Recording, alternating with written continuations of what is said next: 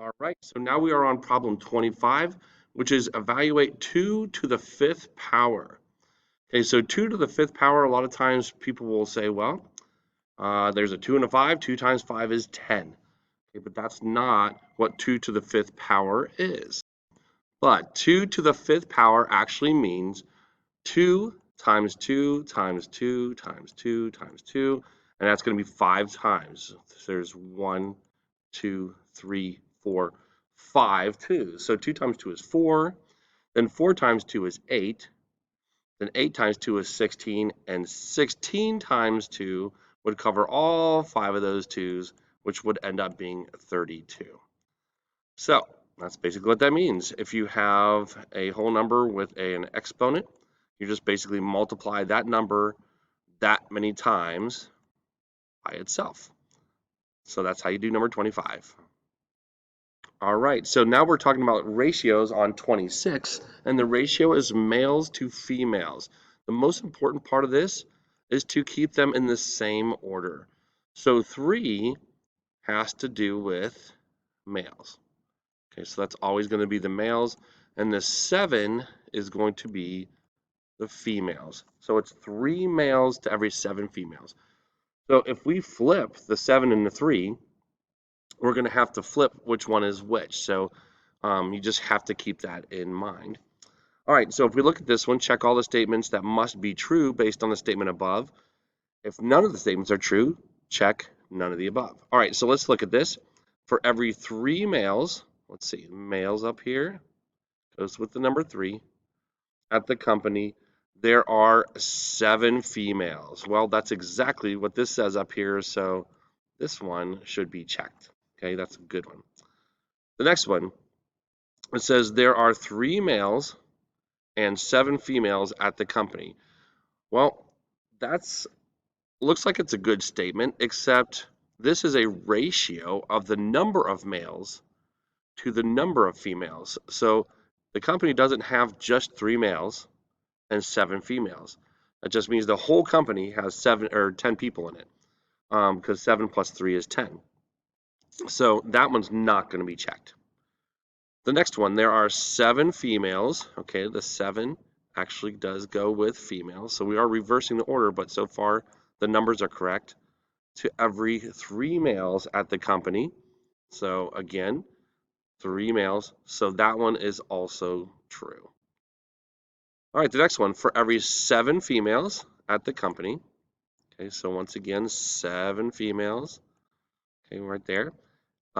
There are 3 males. Okay, so basically they're kind of saying the exact same thing again, just a little bit different. So that one's good.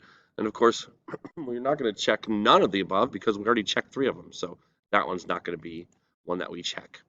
So that's how you do number 26. All right, so here we are on 27. So for this one here, we have these 3 fractions that we have to plug in right over here in A and B. And you could kind of notice that one is multiplication and one is division. Okay, so I wrote those in there for the multiplication. As a matter of fact, you know that multiplication has something called commutative property.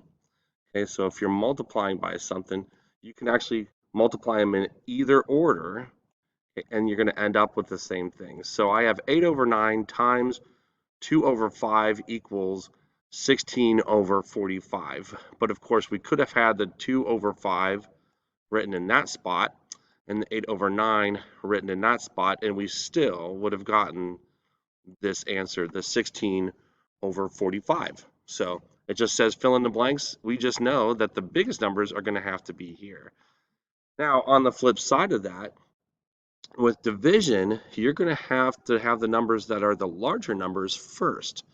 Okay, so the larger numbers are going to have to go here. So 16 over 45 is going to be what's divided into. So I went ahead and wrote it that way. So we have 16 over 45, again, has to go here because we're taking numbers and dividing it into. Now in this situation, since we're just plugging in some information to make sure it's true, these two are the ones that could actually be interchangeable. kind of looks like I made a little face there, but this fraction and this fraction, so we can do 16 over 45 divided by 8 over 9 equals 2 over 5, or we could have done 16 over 45 divided by 2 over 5 equals 8 over 9. Okay, so these two right here could switch. So 8 over 9 and 2 over 5 could be in different spots, and that would still make that, that equation true. So that's all you have to do for number 27. Okay, so for number 28, for each expression, select all equivalent expressions from the list. All right, so if we look at this, this is distributive property. So basically, this would be 8 times 8x. Right? So if we were to distribute the 8 into the first one here, then we put the minus sign there, and then do 8 times 5 because we have to multiply everything inside of there. So that's the first thing we have to do, 8 times 8x and 8 times 5. And that's a possibility. And we can actually do the math also. 8 times 8 is 64, so it could be 64x, right? If we do the 8 times the 8, that's 64. Oops, that should be a 4 right there. 64x, and then minus 8 times 5 is 40. Okay, so we have 64x minus 40. As a matter of fact, we could do this, 64x plus a negative 40. Okay, so that's a possibility also. Remember, you can change the subtraction problem to be a addition problem as long as you change the number behind the subtraction or the minus sign into a negative. So let's see which ones of these match. 16x minus 5, that's not matching any of those, so that one's no good. How about 8 times 8x minus 8 times 5? Well, that one matches that one, so that's good. 64x minus 5, well, we have a 64x minus 40, so that one's no good. And then we have 64x minus 40, which is basically exactly what I just said. So that one is a good one for that one. So A has those two that would be equivalent expressions to this one right up here. All right, so 28B has 11y plus 5y plus 10y. All right, now there's something that we have to remember on this one. It is called like terms. So when you guys are doing addition and subtraction, you can combine things if they are like terms. Wish I could have something that would draw. That is not the mouse. But anyway, like terms. It's an S, not a 5. All right. So, which means we can only combine things if they have the same letter behind it. So on B, if we had 11x and then 5y and 10z, you could not combine any of those because they would not have the same letters. But in this situation, they all have the same letter behind it. So we can combine it however we want to. So we can combine 11 plus 5, which is 16, plus 10 more. So we can actually have 26y. That would be a possibility because we just combine all the y's. Or we could just combine a couple of them, right? So we could do 11y and 5y. That would be 16y.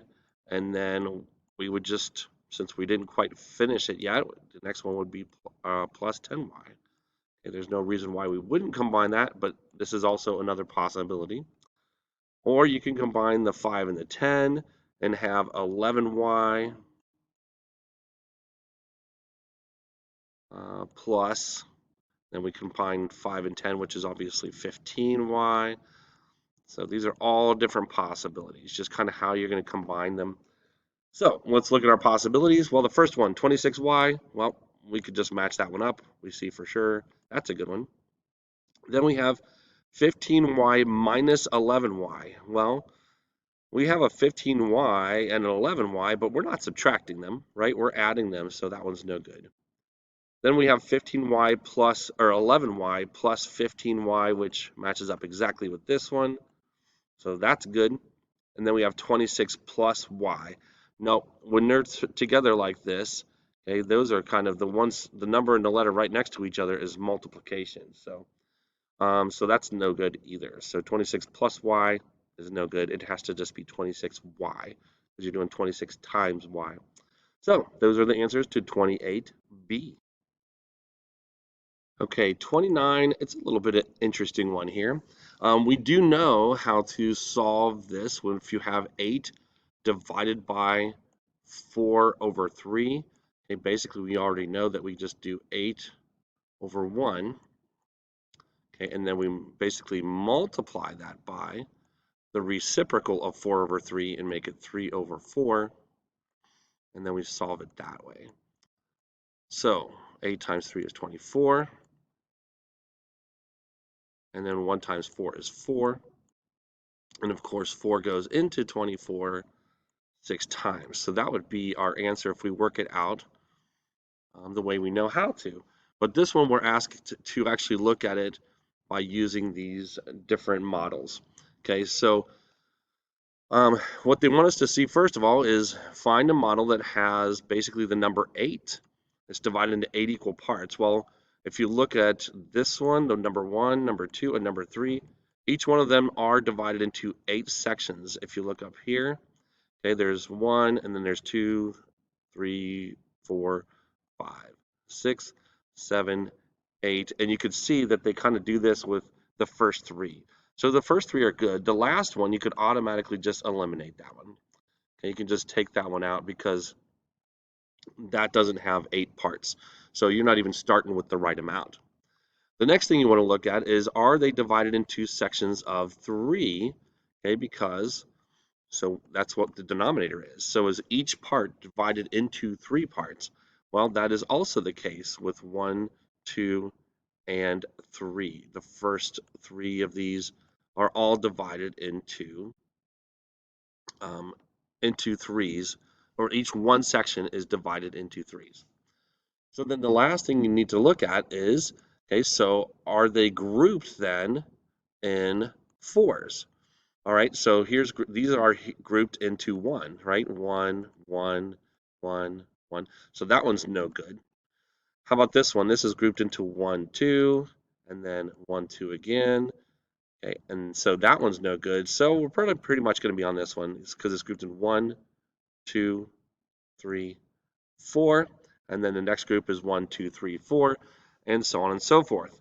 So, and how many groups of 4 are there? Well, there's 1, 2, 3, 4, 5, and 6. Okay, so basically the model is doing the same thing that we did up here.